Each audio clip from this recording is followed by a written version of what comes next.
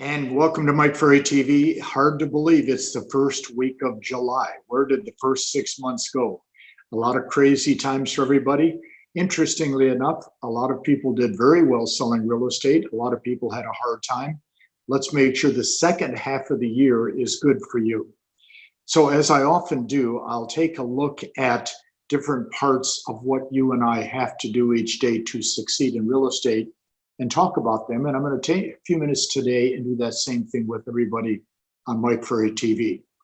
You know, if you look at what we refer to as the Mike Ferry sales system, it's a series of thoughts, words, events, actions that a real estate person should follow, could follow, and if they do follow, is probably going to have, in almost every case, very good results. And a lot of that depends upon the attitude of the individual, of course. I'm assuming that each of you that would be watching Mike Ferry TV maintain a good, positive, solid attitude, as difficult as that is at certain times. So let's take a look.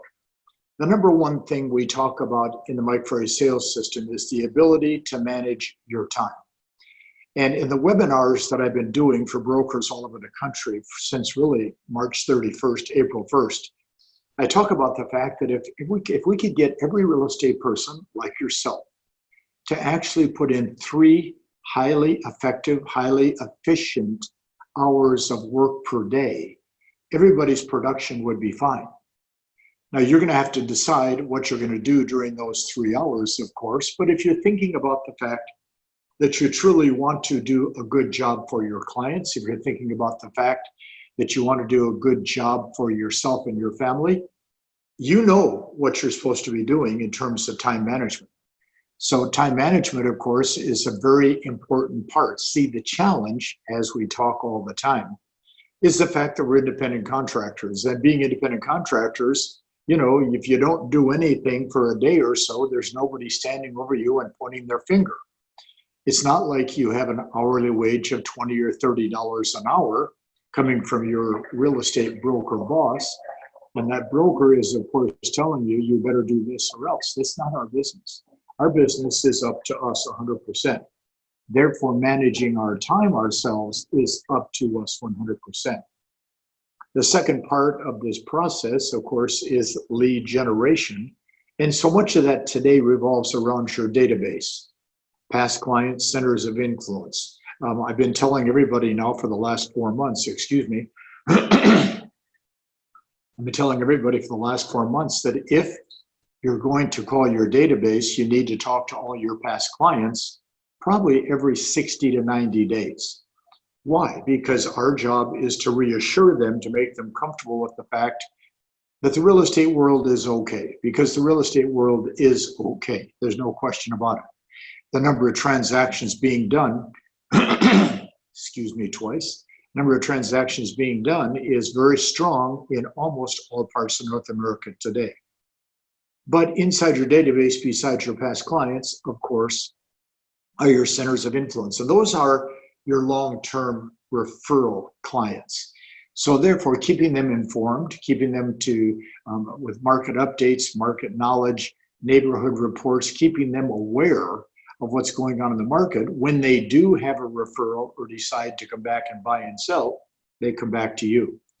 So you really have to look each day at what you're going to do for lead generation / prospecting / talking to people, because that is a vital part. Because it's either that or you're going to run ads, buy leads off the internet, etc. And that gets very expensive, and the return is not always as good as you think it would be. The third part of the Mike Ferry system, of course, is your lead follow-up. And that is today a little different than it was in January and February. Today we're saying you have bucket A, and that is all the people that have the desire, the need, the motivation, the ability to buy or sell something now. And there's a lot of people in the market, especially a lot of buyers that are in the market looking for a home. So bucket A, those people you follow up, you have to be very strong, you have to be very aggressive. And of course, I know some of you say, well, it's not my style to be aggressive. Well, in this case, if you're not contacting these bucket A leads that want to do something now, there's a good chance somebody else is contacting them. And then, of course, the question is, how many transactions do you want to lose before you probably start calling those people on a regular basis? But bucket B are those people that are waiting. And of course, there's always going to be people that are waiting and have a good, solid excuse as to why they should wait. And this virus, this pandemic, is a very valid, very, very real excuse on why people should wait. So I'm sure you're hearing, when this is over, I'm going to buy or sell. Well, those are the same people that you have to follow up every 7 to 10 days. Again, market reports, neighborhood updates, etc. Understanding that these people need to know what's going on to feel comfortable coming back into the market with you. They're going to come back into the market at some point. We know they're going to do something. We just want them to do it with you. They're going to do it with the person that they've had the most communication with. We want that to be your person. You want you to be their person, excuse me. Obviously, step 4 is pre-qualifying, buyer or seller. And what we're looking for there is the motivation. What is their desire to do something now or in the very near future? But pre-qualifying, as you've heard me say, is a normal part of every business, every industry. Nobody in business that is trying to move their goods and services to a prospect who becomes a client is going to be able to do that without the pre-qualifying process.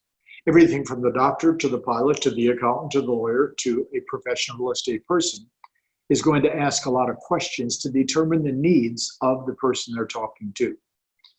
Next, step 5 is the listing presentation. And of course, today, you have to think about doing that listing presentation virtually, possibly on Zoom or one of these types of devices.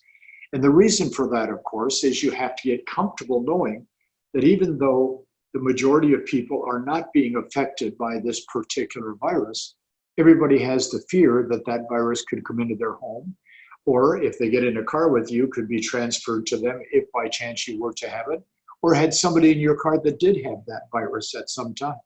So the fear is always going to be there. So the virtual side of learning how to present virtually becomes very important. Doing your listing presentation role play on Zoom is going to allow you to see not only what you look like, but what the person you're role playing with sees and how they respond to your questions, comments, and concerns. Practicing your listing presentation, vitally important, okay? Number 6 is showing property, and because we do show property a lot, as much as we like to think we're all listing agents, again, the abundance of buyers in the market is very, very strong. And with the strength of the buyers in the market and the obvious lack of good inventory to sell, our ability to show property, our ability to pre-qualify the buyer to show them property virtually and or live at a house is very important. Because it's not a matter of saying, well, I hope you like it. It's a matter of saying or asking questions that will induce them to mentally move into that house. And if the house is the right house, then they can make a decision to buy. If it's the wrong house, you listen to their responses so you can find the right house for them.